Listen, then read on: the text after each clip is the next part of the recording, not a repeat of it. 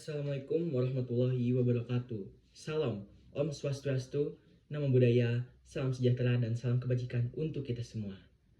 Ada pepatah mengatakan, tak kenal maka tak sayang. Maka dari itu, izinkan saya memperkenalkan diri. Perkenalkan, nama saya Muhammad Irsyad Farel, akrab disapa dengan Farel, Boy atau Irsyad. NPM saya 251000367. Hari ini saya akan menjelaskan dan mempresentasikan mata kuliah Pancasila bertemakan pendidikan multikultural berdasarkan Pancasila.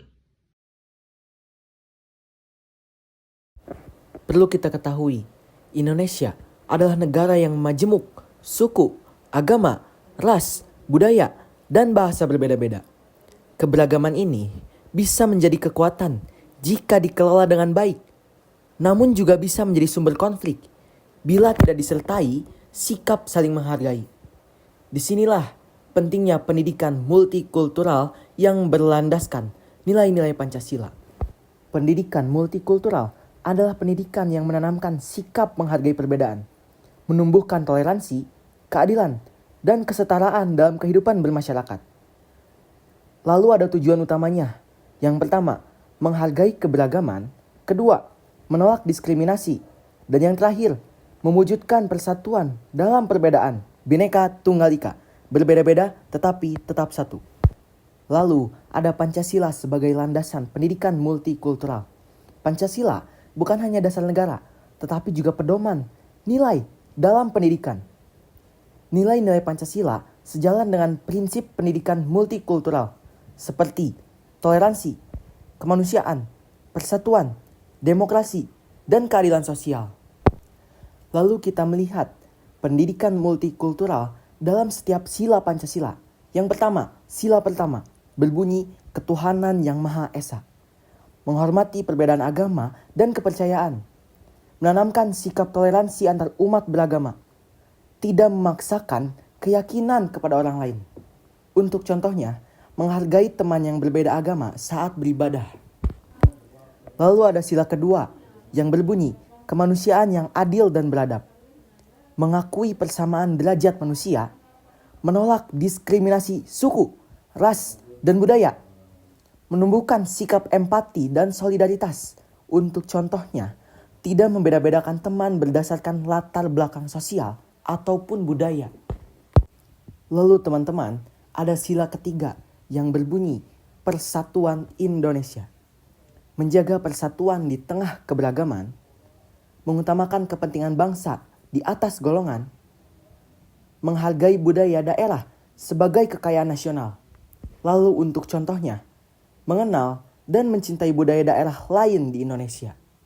Setelah kita melihat sila ketiga, kini ada sila keempat yang berbunyi kerakyatan yang dipimpin oleh hikmat kebijaksanaan dengan poin-poin penting, menghargai pendapat yang berbeda, membiasakan musyawarah dan dialog, menumbuhkan sikap demokratis. Lalu untuk contohnya, diskusi di kelas yang menghargai semua pendapat tanpa memaksakan kehendak pribadi. Kita telah sampai di ujung sila atau sila terakhir, sila kelima, berbunyi keadilan sosial bagi seluruh rakyat Indonesia. Untuk poin-poin pentingnya, yang pertama, memberikan kesempatan pendidikan yang setara. Yang kedua, menolak ketidakadilan dan diskriminasi. Yang ketiga, menanamkan sikap adil dalam kehidupan sosial. Lalu untuk contohnya, memberi kesempatan yang sama kepada semua siswa untuk berkembang tanpa dibeda-bedakan. Setelah melihat dari beberapa sila, sila ke-1, sila kedua, sila ketiga, sila keempat, hingga sila kelima, lalu kita akan melihat implementasi pendidikan multikultural di Indonesia. Ini dilakukan melalui integrasi nilai-nilai keberagaman dalam kurikulum, terutama PPKN, dan proyek penguatan profil pelajar Pancasila atau P5 dengan tema Bhinneka Tunggal Ika.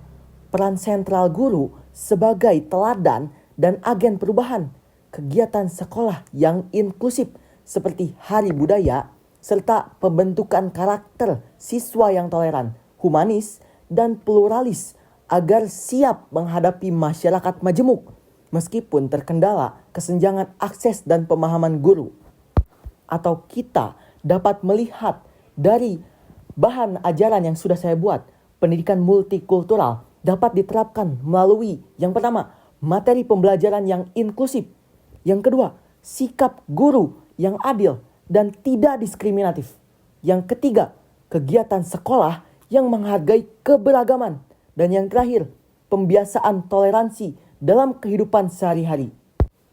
Dan perlu teman-teman ketahui, ini bertujuan untuk membangun toleransi, empati, dan saling menghargai antar siswa dari latar belakang yang berbeda.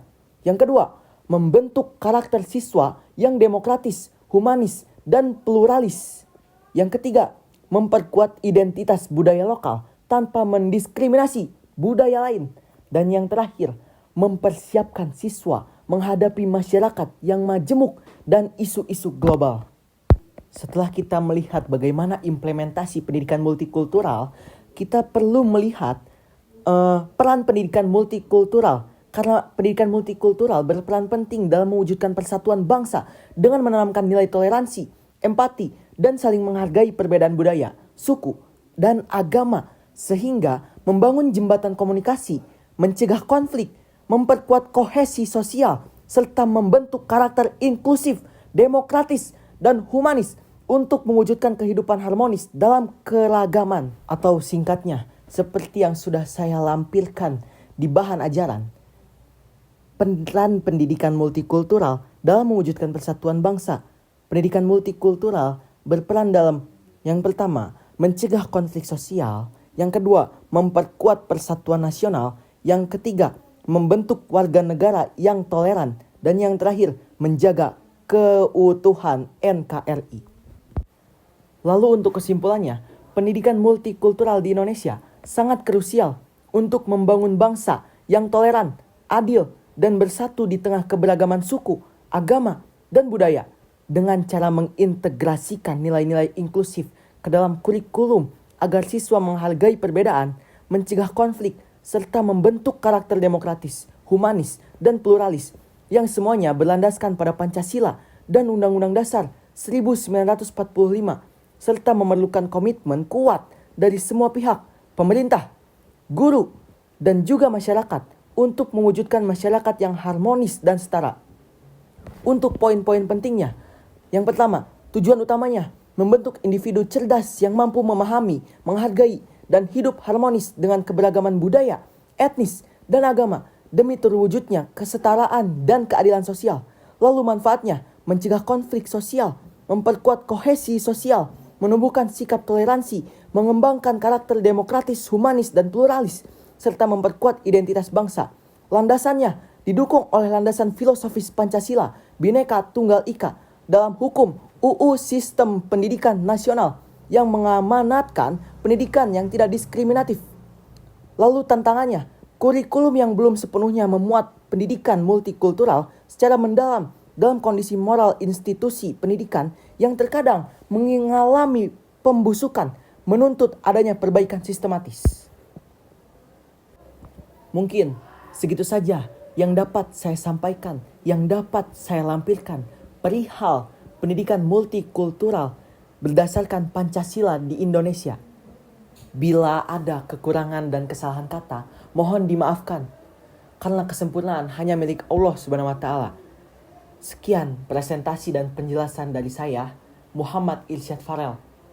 Terima kasih. Billahi taufiq wal hidayah. Wassalamualaikum warahmatullahi wabarakatuh.